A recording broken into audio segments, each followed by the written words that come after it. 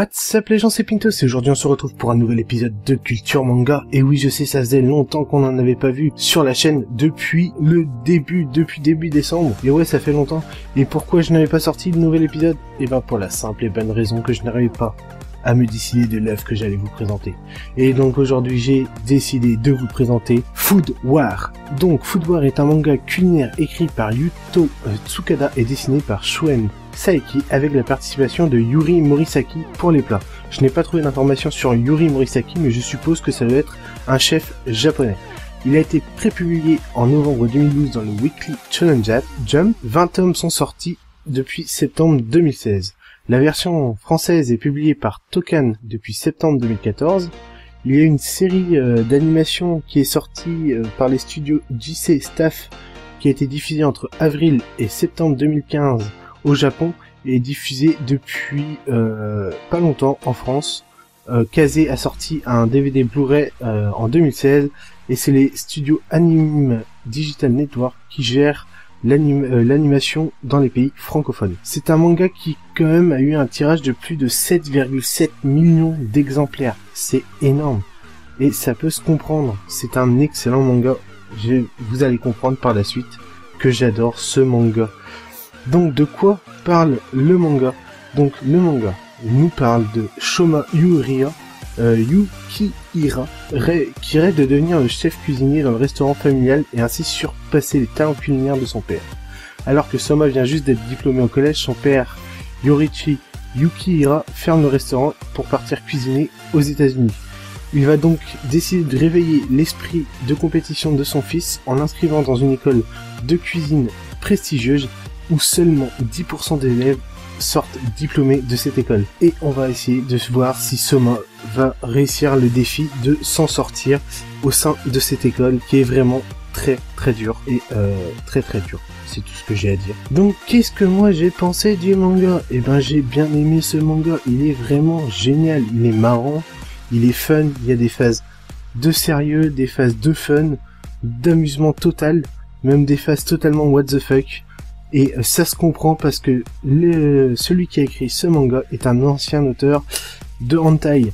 Donc si vous ne savez pas ce que c'est les hentai, je vous invite à chercher ça sur Google si bien sûr vous avez plus de 18 ans. Hein, je vous signale tout de suite. Et je vais vous montrer quelques petites scènes où justement on ressent cette influence hentai dans le manga. Je vous laisse avec quelques petites scènes.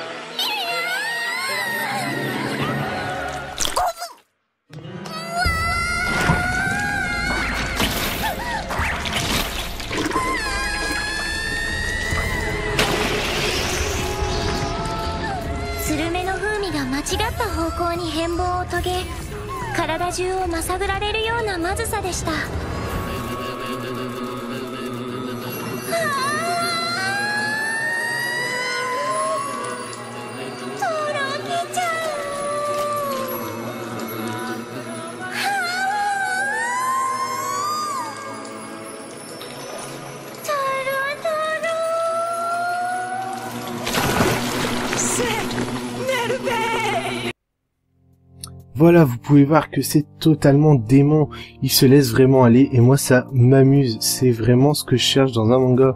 L'auteur, on a l'impression qu'il n'a pas de contraintes, que ça soit dans son écriture ou bien dans le dessin. Le dessin est vraiment très épuré, mais très chargé aussi entre guillemets. Il est vraiment chargé en petits détails, ce qui fait aussi la force de ce manga, car justement ces petits détails vont aider l'intrigue à se développer à l'aide de jeux de chant qui sont complètement ouf sur le manga papier, mais qui sont encore plus réalistes avec l'animation. On voit une animation qui s'en sort bien avec son manga papier.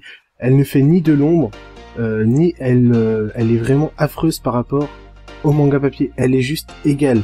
On ressent vraiment, que ça soit sur le manga papier ou dans l'animation, les mêmes émotions, les mêmes effets. Et c'est vraiment ce qui en fait une grande force.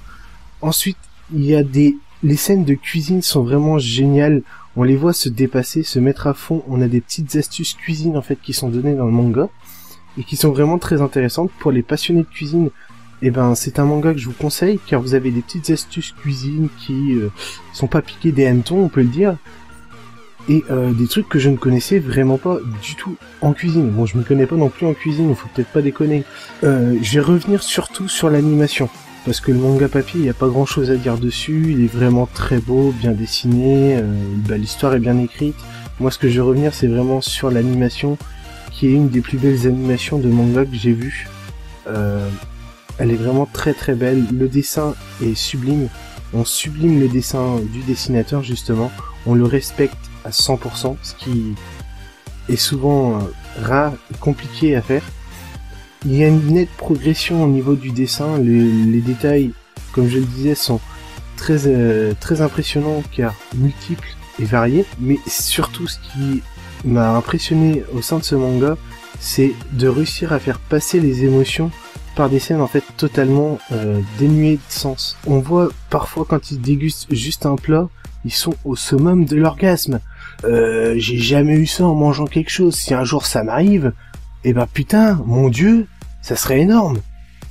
Parce que des fois les meufs sont en train de se taper des orgasmes de folie, ou même les mecs, ils sont en train de bouffer du putain de riz avec des œufs par-dessus. Ah les mecs, on a l'impression qu'ils sont au nirvana, ils sont au paradis les bâtards. C'est un truc de ouf. Et franchement, l'animation, eh ben, elle retranscrit mais parfaitement cette émotion. Quand on regarde le truc, on a envie d'y goûter, on a envie de bouffer ce qu'il y a dedans, en train de se dire, mais qu'est-ce qui peut leur faire ressentir une telle émotion en mangeant ce plat? Et ça, c'est vraiment génial. Et comme je disais, pour les gens qui sont passionnés de cuisine, eh ben, vous allez en apprendre beaucoup. Les recettes sont détaillées, ils expliquent facilement comment ils élaborent leurs plats, pourquoi ils ont fait ces choix-là au niveau de la cuisson du plat, la cuisson de la viande, des trucs comme ça. Par exemple, sur un des épisodes, entre guillemets, c'est un petit spoil, mais ça va, ils se retrouvent à devoir faire un bœuf carotte. Le bœuf carotte est un plat très compliqué à réaliser. Il faut que la cuisson de la viande soit vraiment parfaite. Il y a un certain temps à respecter pour que la viande soit tendre et fonde en bouche. Et justement, ils vont se retrouver, Soma va se retrouver dans une classe où toutes les personnes sont individualistes, ce qui est normal dans une école très sélective, et deux des étudiants vont donc décider de bousiller son plat en augmentant la cuisson de la viande, en fait en augmentant le feu pour la cuisson de la viande, ce qui va faire que la viande va griller et du coup ne sera plus bonne. Mais Soma va ne pas se laisser abattre et avec le peu de temps qui lui reste, il va trouver une astuce qui est de mettre du miel sur la viande qui permet justement de l'attendrir en beaucoup moins de temps qu'il ne faut habituellement. Et c'est une astuce qui est très très bien expliquée dans le manga. L'auteur explique tous ses choix culinaires. Les choix ne sont pas faits au hasard, on ne laisse pas totalement le lecteur ou même la personne qui regarde l'animé dans l'incompréhension totale. Et je pense que cela vient du fait qu'ils avaient un chef cuisinier avec eux pour les aider à élaborer les plats. Après, ce que j'ai bien aimé aussi, c'est la personnalité de Soma. La personnalité de Soma est très travaillée dans le manga. On a en fait un grand cuisinier dans l'âme, un grand compétiteur à ce niveau-là, mais aussi c'est un grand gamin. Il est un peu con sur les bords, hein. C'est l'archétype du héros de manga qu'on aime bien, c'est-à-dire pas très malin, mais très bon. Excellent, on sent qu'il sublime les autres dans le manga. Il va rencontrer quelques difficultés au cours du manga, mais il va toujours trouver un moyen de les surpasser, et des fois de façon totalement burlesque. Et c'est vraiment une grande force pour le manga. Donc comme je disais, le développement Soma est excellent car on apprend les différents aspects de sa personnalité, ce qui souvent peut faire plancher certains mangas dans l'incompréhension par le manque de développement de son personnage principal, ou justement le surdéveloppement. Et qu'est-ce que j'appelle le surdéveloppement? C'est quand on en fait trop en fait sur le personnage. On va arriver à faire des flashbacks tout le temps par épisode pour expliquer pourquoi ceci, pourquoi cela, nanani nanana. Mais j'aime pas, c'est pas bon en fait. On ne ressent pas, on n'apprend pas à connaître le personnage. Ce qui est bien, c'est on vous met un peu de comment est le personnage, mais aussi on vous demande de chercher par vous-même. Et ça, c'est excessivement bien. Les personnages gravitant autour de Soma, qui sont d'autres cuisiniers, sont très bien développés aussi à leur tour. on ne les laisse pas complètement dans l'ombre de Soma. On explique aussi leur parcours. L'auteur a décidé de développer ses personnages. Et pourtant, Dieu seul sait qu'il y en a des personnages dans ce manga. Et ils sont très très bien développés. Il y a cette part justement de je vous apprends à bien connaître le personnage, mais je vous laisse une part de mystère que vous allez apprendre à découvrir si vous regardez réellement le manga. Et c'est là qu'on donne un œil nouveau sur le manga. Ensuite, comme je vous ai dit, l'écrivain Tsukada est aussi un ancien auteur de hentai. Et il va laisser sa marque justement dans le manga. Et c'est très intéressant parce que ça se marie très bien, ça donne des situations totalement what the fuck, burlesques, voire rancobolesques. Putain, il était dur à dire ce mot, mais c'était bien placé de ma part. Putain, j'ai quand même dit rancobolesque dans une vidéo. Je pense qu'il faut le souligner. Et non, et du coup, je pense que cette influence, on lui a laissé libre cours à la mettre, et c'est ce qui fait que le manga est encore meilleur. Je pense qu'il y aurait peut-être pas des fois ces scènes-là, les scènes où quand ils dégustent un plat, ils sont à moitié en train de se taper un orgasme, et ben on pourrait rapidement se faire chier. Ça serait un manga de cuisine, mais trop classique. Là, c'est de la cuisine, mais un peu what the fuck. Et ça, c'est très marrant.